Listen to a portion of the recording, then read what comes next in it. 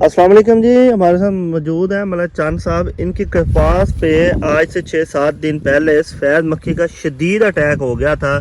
और आप ये देख सकते हैं, ये 4 फुट का पौधा नीचे से तकरीबन 2.5 फुट बिल्कुल कपास काली स्याह हो गई थी।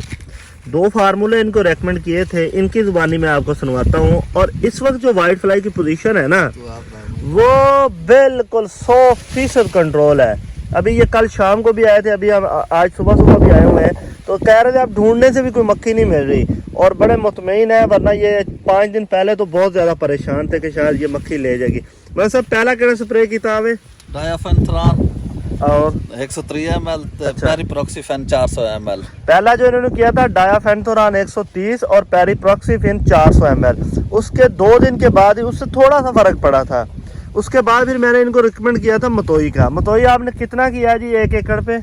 एक पैकेट 200 ग्राम का जो पैकेट है 1 एकड़ पे किया है। और मतोई किए को कितने दिन हो गए? 5वां दिन है। 5वां दिन है। और 5 दिन के बाद अभी तक सफेद मक्खी दूर दूर तक भी नजर नहीं आ रही। रिजल्ट जो आया वो अप टू 100% आया है।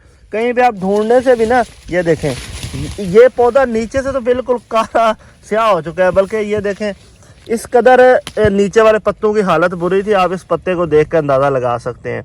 और नीचे ये देखें, ये सारे मसले जो होते हैं ये वाइट फ्लाई से आते हैं जब शदीद सवेयर अटैक आता है। तो जिन भाइयों से सफ़ेद मक्खी कंट्रोल नहीं हो रही तो वो ये वाला फार्मूला कर सकते हैं, बल्कि वो मतोई करें और जान छुड़ाएं। या फिर अगर उन्होंने डाया करना है तो डाया 100 ml ले लें, इसके साथ 80 ml फ्लोनिकामेड ले लें और साथ बायर का मोमेंटो ले लें, डब्बा 2 एकड़ में 240 ml वाला ले, और 2 से 250 ग्राम सल्फर ले लें।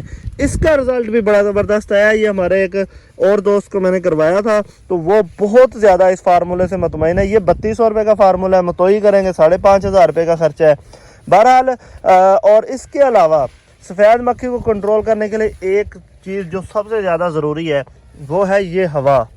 अगर साथ मौसम साजगार हो जाएगा, हवा चलती रहेगी, फिर इसको कंट्रोल करना कदरे आसान है। वरना बाद औक़ात सारी तदबीरें जो है ना वो उलट हो जाती है। बहरहाल इस दफ़ा तो इस वक्त तक मैं ये कहूँगा कि जिसने भी मतोई किया है या 2 से 3 जहरों का मिक्सचर बनाकर किया है, अभी तक कपास बची हुई है। रिजल्ट बहुत अच्छा है, क्योंकि ये देखे जो हमारे पास बारिशें आई थी ना जुलाई एंड में, उसके बाद जो कपास ऊपर चली है 25, 30, 40 इसके ऊपर ये फुलगुनियाँ और टींडे हैं। ऊपर वाले यही फ्रूटिंग अगर बच गए, नीचे वाली कुछ यहाँ पे ओपन भी हो चुकी है, ये देखें, तो एक बहुत अच्छी एवरेज बन जाएगी इंशाल्लाह, जो कि सीजनल काश की 30 मन प्लस इंशाल्लाह बन जाएगी।